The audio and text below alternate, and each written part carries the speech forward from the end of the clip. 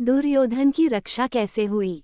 गंधमादन पर्वत स्थित कुबेर के महल में 4 वर्ष व्यतीत करने के पश्चात पांडवगण ने वहां से प्रस्थान किया और मार्ग में अनेक वनों में रुकते रुकाते स्थान स्थान पर अपने शौर्य और पराक्रम से दुष्टों का दमन करते ऋषियों और ब्राह्मणों के सत्संग का लाभ उठाते हुए द्वैतवन पहुंचे और वहीं रहकर वनवास का शेष समय व्यतीत करने लगे।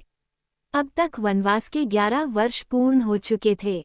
पांडवों के द्वैतवन में होने की सूचना दुर्योधन तथा उसकी दुष्ट मंडली दुशासन, शकुनी, कर्ण आदि को मिली। वे एक बार फिर वहां जाकर पांडवों को मार डालने की योजना बनाने लगे। संयोगवश उन दिनों कौरवों की गौ संपत्ति द्वैतवन में ही थी।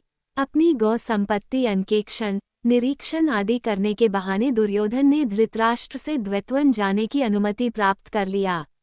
इस प्रकार दुर्योधन और उसकी दुष्ट मंडली ने अपनी एक विशाल सेना के साथ द्वैतवन में पहुंचकर वहां अपना डेरा डाल दिया।